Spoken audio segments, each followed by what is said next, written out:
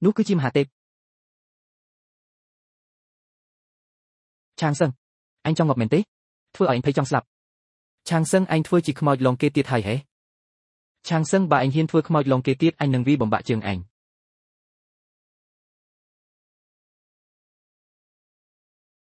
Anh ban sầm lập nơi trơ lông ẩn tri bề sai.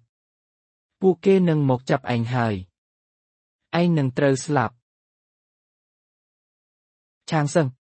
Xung bấy tay mình nuôi mong được anh có một rộng rương anh đại mệnh tế.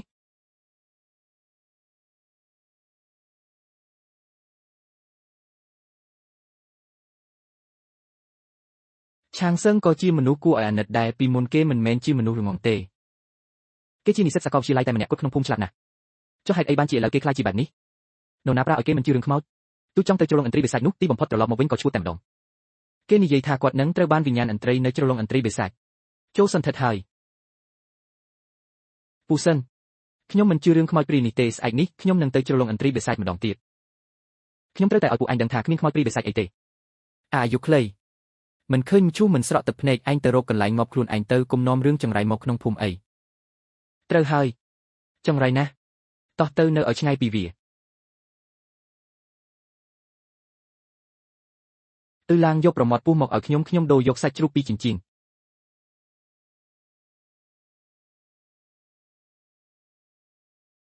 ត្រូវហើយឡាងខ្ញុំមានរូបមន្តសម្ងាត់មួយក្នុងនោះសរសេរថាឈាមរបស់ស្ដេចឃាតករ100ជំហានអាចព្យាបាលជំងឺមុខមនុស្សលើខ្លួនឯងបានប៉ុន្តែមិនដឹងថាវាជាស្អីឲ្យប្រាកដទេចង់ព្យាបាលជំងឺមុខមនុស្សបន្ទាន់ត្រូវប្រើឈាមស្ដេចឃាតករ100ជំហានស្ដេចឃាតករ100ជំហានមុខដូចក្តាងខ្នងដូចខ្លាឃ្មុំជើងដូចគោ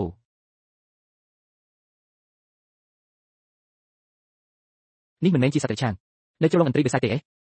ឡាងអញស្គាល់ស្ដេចឃាតករ100ជំហាននេះដែរហេតុអីបានជាគេហៅវាថាស្ដេចឃាតករ100ជំហានគេនិយាយថាស្ដេចឃាតករ100ជំហាននេះលឿនណាស់មនុស្សរត់នៅពីមុខវាមិនដល់100ជំហានទេនឹងត្រូវវាដេញទាន់ហើយវាប្រហារយ៉ាងសាហាវ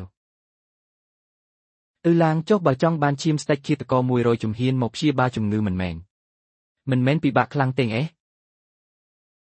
ស្ដេចឃាតករ100ជំហាននោះមិនគួរឲ្យខ្លាចដោយពួកឯងគិតទេថ្ងៃនេះខ្ញុំស្ទើរតែបាញ់ត្រូវវាទៅហើយម្យ៉ាងទៀតក្នុងភូមិគេនិយាយគ្នាថាបើជំងឺមុខមនុស្សរបស់ខ្ញុំមិនព្យាបាលទេខ្ញុំរស់មិនដល់អាយុ30ទេបើអង្គុយចាំតែស្លាប់ស៊ូខ្ញុំប្រថុយមួយក្តារទៅល្អជាងចរិតរបស់ឡាងពិតជាធ្វើឲ្យបងគោរពមែនហាអញ្ចឹងពួកយើងទៅសិនហើយ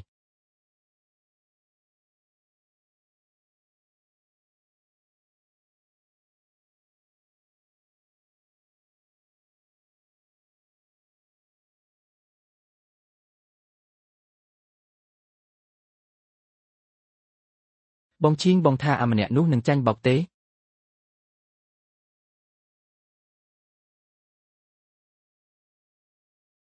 នុយបានដាក់រួចហើយម៉ែពួកខ្ញុំមកវិញហើយកូននេះហេតុអីមកវិញយប់ម្លេះខ្ញុំទៅបោះសម្អាតភ្នូបងប្រុសខ្ញុំនឹកគាត់ពេកក៏និយាយលេងជាមួយគាត់យូរបន្តិចទៅមនុស្សស្លាប់មិនអាចរស់ឡើងវិញទេកូនកុំពិបាកចិត្តពេកអីម៉ែខ្ញុំបានទៅជ្រលងអន្ត្រីបិសាចម្ដងទៀតស្អីគេកុំទៅជ្រលងអន្ត្រីបិសាចម៉ែដឹងថាខ្ញុំជួបស្អីទេស្ដេចឃាតករ100ជំហានខ្ញុំដេញតាមវារហូតដល់ជ្រលងអន្ត្រីបិសាចតែគួរឲ្យស្ដាយវាលឿនពេកខ្ញុំក៏តាមមិនទាន់កូននេះហេតុអីក៏មិនចេះស្ដាប់គ្នាអញ្ចឹងទីនោះជាកន្លែងហាមឃាត់បងប្រុសកូនបានស្លាប់នៅជ្រលងអន្ត្រីបិសាចផ្ទះយើងឥឡូវសល់តែកូនមួយគ្រាប់នឹងទេបើកូនមានរឿងអីកើតឡើងតើឲ្យម៉ែរស់យ៉ាងម៉េចម៉ែជ្រលងអន្ត្រីបិសាចនោះតាមពិតមិនគួរឲ្យខ្លាចដូចម៉ែគិតទេខ្ញុំទៅហើយនេះមិនមែនត្រឡប់មកវិញទាំងរស់ទេម្យ៉ាងទៀតសាកសបងប្រុសនៅទីនោះនៅឡើយខ្ញុំត្រូវតែទៅដើម្បីយកសបងមកធ្វើបុណ្យ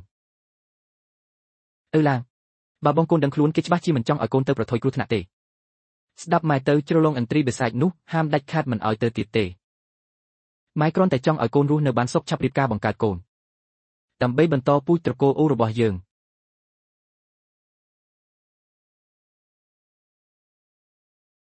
ម៉ែក្នុងភូមិយើងនេះគេនិយាយគ្រប់គ្នាថាខ្ញុំឡាងមានជំងឺមុខមនុស្សតើមានស្រីណាព្រមរៀបការជាមួយខ្ញុំទៅបើកូនមិននៅដែរតើម៉ែរស់នៅមានន័យអីទៀតម៉ែកូនមិនទៅញោទេបើអាយុខ្លីទៅហើយកូនប្រុសមិនអាចរស់នៅឥតប្រយោជន៍ទេ អញ្ចឹងម៉ែទុកពេលឲ្យខ្ញុំ2-3ថ្ងៃទៀតចុះខ្ញុំនៅតែចង់ទៅដើម្បីយកឆ្អឹងបងប្រុសត្រឡប់មកវិញ